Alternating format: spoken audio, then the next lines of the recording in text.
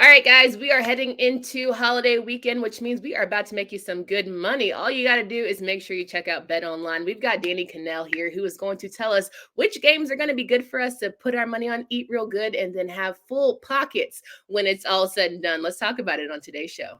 You are Locked On ACC, your daily podcast on the Atlantic Coast Conference. Part of the Locked On Podcast Network, your team every day.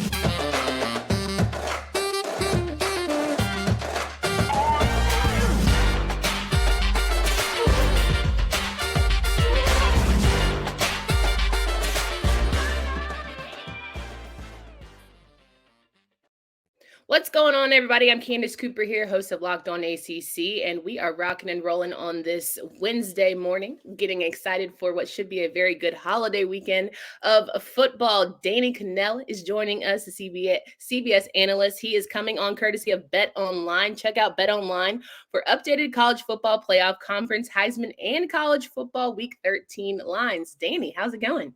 I am great, Candace. Happy Thanksgiving week. Happy Thank you. rivalry week. It is great to be on with you. I had fun last time. Looking forward to our chat. Yeah, absolutely. And listen, this is a great time to make some good money. Your pockets are full, your belly is full. You just say, well, let's just try it. Shoot for the stars, however it rolls. And of course, with rivalry, a lot of emotions are involved. And we're going to kick things off and start with, of course, all of our top 25 or a couple of our top 25 teams here in the ACC. Let's start with Clemson. They've had, an interesting road about here, and sitting at number 8 in the college football playoff rankings, where we're still trying to say, is the math going to math to where they have an even viable chance to be in the college football playoffs when it's all said and done? But they're facing off against a really good South Carolina team who just came off a really good win against Tennessee. How are you feeling about this Clemson program right now and what we'll see going into the South Carolina matchup? It's been a year, right, for Dabo and the Tigers. It feels worse than it's actually been, though. Does that make sense? Like, they've got so much criticism. They've had, ugly games. Syracuse was not pretty. The game against Notre Dame is one they like to forget, and yet it's the only game they lost, right? I mean, at some point, I do feel some of the criticism has been unfair. Yeah. Especially when you're compared to some of the other teams that have struggled, other teams that have lost, and for whatever reason, Clemson gets dinged worse than other teams in the top 10, which drives me a little bit crazy, and I'm sure it does Dabo too. Yeah. They're still a really good football team. I think the best thing that happened for Clemson, well, it was a good thing and a bad thing, which I'm sure you've talked about. The best thing that happened was that South Carolina beat Tennessee last week. And obviously, hated to see Hendon Hooker go down, but his injury did not play a factor in that game. South Carolina was going to win that game no matter what. So you don't have any excuses for Tennessee. Yeah. But now you've got an opportunity to play against a team that just beat the team that the committee said you're not better than them. You're not better. And now you can go out and avenge that and make a statement. And I think they do. Yeah. As much as Tennessee had so much success and they had the win over Alabama and they've had some great wins, they beat LSU, their defense is not very good, specifically their pass defense, which ranks 130th in the country out of 131. They are awful. And South Carolina was able to exploit that. Yeah. But Clemson's defense isn't that bad. In fact, they're a whole lot better. So I think it's going to be a much bigger struggle for Spencer Rattler, who had 8 touchdowns on the season, had 6 against Tennessee. I think you'll get more of what you saw from Spencer Rattler throughout the season. I like Clemson's chances here. The only other thing that kind of hurts is that North Carolina lost to Georgia Tech, because that was another, important piece of the puzzle for Clemson and North Carolina to hopefully get an ACC team in the playoff. Yeah. So once you beat South Carolina, hopefully you take care of your business. You have to root for UNC. Actually, they play on Friday, right? So they play first. So you better be rooting for North Carolina against NC State, because you need them to be as strong a candidate and as strong an opponent as possible before you go in the ACC championship game. And Candace, I will pound the table that Clemson, if they do handle their business, they should be in the conversation. I'm not saying they guaranteed a spot, but they better be at 5 or right there on the cusp of making the playoff, because if they aren't, then it's just a blatant kind of anti-Clemson, anti-ACC bias, which we do see a lot of, unfortunately. Yeah, I was just gonna say I think it speaks more to how people view the ACC as a whole. And we say that Clemson has struggled, whatever you say, they pull out wins with other teams in our conference, but that should speak to the fact that a lot of teams have gotten better. Not everyone is just scratching along, and Duke's figuring out how to win 7 games and all of those things. So I'm hoping that speaks more to the improvement. But you did bring up North Carolina, who currently has a -6.5 spread over NC State, a team that desperately needs a win. That head scratching loss to Georgia Tech, a Carolina grad myself. It's always a stutter step to the finish. We just can't have anything nice. It's all of the things, right? But this North Carolina team is about to face off against the NC State team, who's been, beaten up. They lost Devin Leary. They were just trying to get to their finish line. Their offense is not doing things, but that defense is still good, and rivalry games are still rivalry games. How do you see this one unfolding? Well, unfortunately, Candace, North Carolina's defense is still North Carolina's defense, right? And that's something that has really plagued this team all year long. Yeah. And you could go back and you could see it against App State when they gave up 62 points. You just happened to score 63 because you had a superstar in the making in Drake Maye, and somebody I've been a huge fan of all season long. When it really started in that game, when you start to see what he was capable of. This game scares me. It really does. It terrifies me. Like, I think the offense will bounce back. I think Drake Maye will be fine. I think Josh Downs will be fine recovering from that catch. I think they'll be able to put up points. NC State's defense is they're no slouch, but I do think North Carolina will be able to put up points. But can you trust North Carolina's defense to get many stops? No. So once again, I think this will be a close game. I think it'll come down to the wire. I think MJ Morris is a really good quarterback for NC State, who's a freshman in his own right. He's kind of shown some flashes, but he's also shown the propensity for mistakes. And that, to me, is what has to happen. The Tar Heel defense has to step up, because he'll make a mistake or two. He's going to move the ball on you. We know that against North Carolina's defense, but he's also going to make a mistake. They've got to get the turnovers when they're there. If they do that, they'll take care of business and they'll be fine. But that's very much a question mark if they do that. I actually like NC State in the points. I mean, all along the last home stretch here, no matter if it's Wake, Duke, whoever the opponent has been, it's always been a one-possession field goal type of game late. I don't think that changes. NC State is more than capable of hanging there with North Carolina. I think North Carolina wins, but I think it'll be inside that 6.5 points. Absolutely. And, I would love to say it's at North Carolina. We have the home field advantage, but have you seen the defense at home? Yeah, it still stinks. So, of course, you want to find optimism, but it's certainly a challenge. I do want to shift gears. We're talking to Danny Kanell here, who is here courtesy of BetOnline. And, guys, if you want to get into any of the betting action around our, network, betonline.net is the place to go. We're talking about some of our top 25 teams. Let's shift to Florida State, the number 16 team in the country, who, going into this season, Mike Norvell's seat was getting a little spicy. Who knows? All the things. And Jordan Travis wasn't the guy. So many storylines you could have followed. And yet here they are having a really good season and striking hot at the right time. And now they go up against a Florida team at -9.5, which I sit here and say Florida State looking real good right now. They're looking fantastic. I mean, you see the smile on my face. All of a sudden, I lit up. For the first time in like 5 or 6 years, Candace, I can actually talk about the Seminoles and feel good, feel like I'm not like being a homer and making a case for them that maybe it's not as bad as people think. And it feels great. And I think it's a tribute to the job that Mike Norvell and this coaching staff have done. And it's been a process. And that's been kind of my talking point around Florida State for the last couple of years is Mike Norvell is laying a foundation. Let's let him build the foundation, and then let's see what he can build on that. And now we're seeing the fruits of their labor. Like, you're seeing a team that I firmly can believe, and I tweeted this out, and I even had some Florida State fans say, like, really? They can compete with anybody in the country. Georgia, Ohio State, Michigan, USC, you take the team, they can compete and would have a chance to win in those games. Now, you can't overlook 3 losses. That's a reality. But more importantly, like, after those 3 losses, years past in the last 5 or 6 years, maybe you see Florida State go in the tank. They might win a game or 2 here, but they finish, around 500, maybe bowl eligible.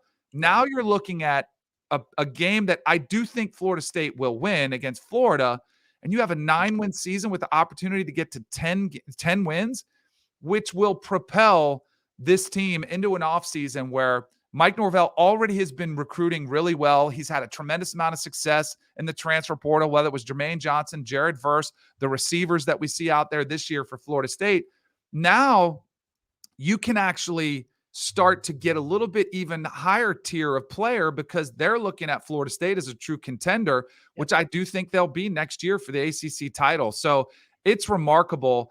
And I do think you have to give Alex Atkins, the offensive coordinator, and Mike Norvell as the offensive coaches a ton of credit for the job they've done with Jordan Travis, who, has been phenomenal. He's completely changed the perception of him as a player, where it was a little bit more game manager, athlete playing quarterback, to now he's one of the best quarterbacks in the ACC, if not the country.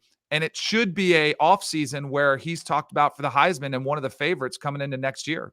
Ooh, I love to hear that. We give him a lot of Heisman credit. Sometimes it's facetious, sometimes it's real. Because at the beginning of the season, I will say Florida State fans were like, just wait. And I was like, okay, guys, I get it. But now I'm saying, okay, maybe we could turn things and figure things out. But he's certainly having one of the better seasons. But I like the confidence that he's building, right? I think it just being able to be the number one quarterback and people trusting in him and all of that good stuff. So that's certainly been a pleasure to watch. Let's shift gears and talk about another top 25 team who just squeaked in here. We weren't expecting them to have a good season, but on the show, we call them the Fighting Satterfields, Louisville, who decided, hey, we want our coach to stay. I don't know what you guys are talking about, but we're facing off against Kentucky. And they say, SEC, all this noise. But I'm saying, have you seen this Louisville defense? Whether or not they have Malik Cunningham or not, they're figuring out ways to win. And this should be the same case going into this matchup. I totally agree with you on everything you said.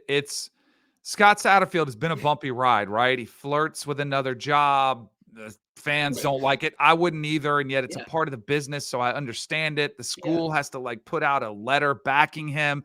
It was ugly. And he had a ton of pressure on him this year.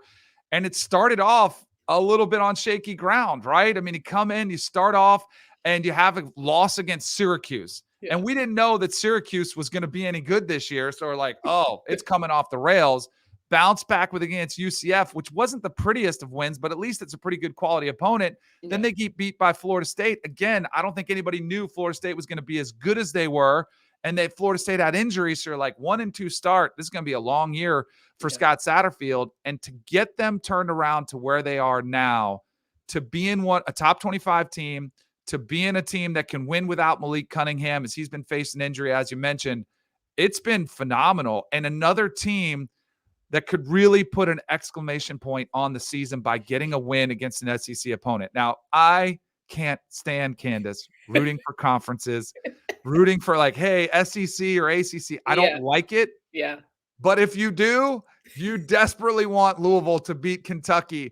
I might be in that camp this weekend because Kentucky's vulnerable. They are beatable, and I think Louisville can do it. And then, similar to what we were talking about with Mike Norvell and the Florida State Seminoles, Scott Satterfield's able to put a lot of those issues in the rear view, get to an 8-4 season, top 25 finish. He can build it. And then you start creating a perception change, not only of Louisville, but of the entire ACC, which is necessary so that next preseason, there are a bunch of ACC teams in the preseason top 25 so that, other conferences, the committee can't criticize the conference for not having any good teams. You'll have teams that start in the top 25, and then it builds your resume, and the perception of the whole entire conference will change. Yeah, absolutely. And those are our top 25 matchups. We have some other good games happening for the ACC this weekend. Wake Forest will face off against a Duke team that, again, was happily a surprise. Syracuse will face off against Boston College, and Georgia Tech will just have mercy on them against Georgia. We'll just pray that everyone comes out unscathed and all the good things. But as we look and, do a little preview before I get you out of here of the ACC championship game, Clemson and North Carolina is decided a lot earlier than it usually is, especially on the coastal side. They'll have a good opportunity. North Carolina gets a good defense with NC State, but then they'll have to honestly replicate it again. How do you see this matchup going? A lot of people are saying Clemson -17 or at least by 10 points is going to be a blowout. Does North Carolina even have a chance? How well does Drake Maye have to play? Drake Maye will have to be Drake Maye. Yeah. That he's been 10 games of the season, not 11, because that was a bad performance that he had against Georgia Tech. It happens, though. It happens to everybody. Yeah. Unfortunately, with North Carolina's defense, you don't have the luck. If Stetson Bennett has a bad game for Georgia, nobody notices because the defense only gives up 3 points. If CJ Stroud struggles for Ohio State, their defense is good enough where they'll only give up 10 or 13 points. You don't have the high stress that's on you. Yeah. But if Drake Maye plays like he's played all season long, they can put up points on Clemson's defense. The thing that concerns me is Dabo and Clemson are smart enough to realize how dangerous North Carolina's offense is.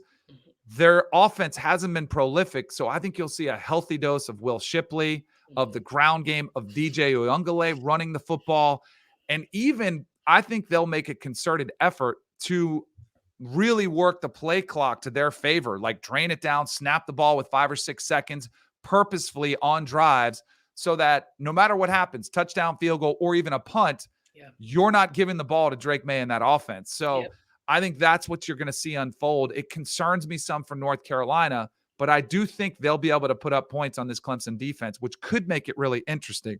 And Clemson, as we mentioned, like they're not unbeatable. They've had their bad games too, but unfortunately, I do think the defense is too much of a liability. Syracuse's defense was really good. That's why they were able to hang with Clemson. North Carolina's is not, which is why it could get sideways. Now, again, on the Clemson side, Clemson fans are like, wait, what about us? Clemson could blow them out, which is the best case for the ACC if you want a team in the playoff. They need to win impressively. So I think it'll be right around that number. I think Clemson's offense will be too much for UNC's defense, and I do think they can handle their business. You asked about Drake Maye. I do think he cost himself a Heisman Trophy in that Georgia Tech game, even though it still hurts. If Josh Down catches that pass, he probably could have survived because not a lot of people watch, right? They weren't watching North Carolina, Georgia Tech. So they would have just seen, oh, he won. And then you have the big stage against NC State. You have a massive stage against Clemson. You could have still potentially won it. I do think that what's at stake here is an invite to New York. And I think that's where Drake Maye, even if he loses to Clemson, the type of performance that he's going to have to put up, and I do think he could, I still think he could get to New York regardless. Even if he doesn't, he'll be a preseason probably favorite coming into next season because of what he's laid down this year. Yeah, absolutely. And I honestly don't want him to even be a preseason ACC player of the year because I saw that with Devin Leary. I'm like, I don't even give attention to my quarterback. Let him fly under the radar. Let's just have this little jewel that we know. But now, world's a stage for him, and I'm super excited about it. But that defense is certainly a liability. And you would think like every week that people tell you you're terrible, somehow you would just find it in you. You want to bring it out the best, but it's not quite working for Carolina yet. So I'm hoping, somehow Carolina, you're terrible. Like I'm hoping they hear this and kind of just go spew, but we'll see. We'll definitely see. Danny, it's always a pleasure to have you here on the show. Can you please remind folks of where they can find you and follow all of your work?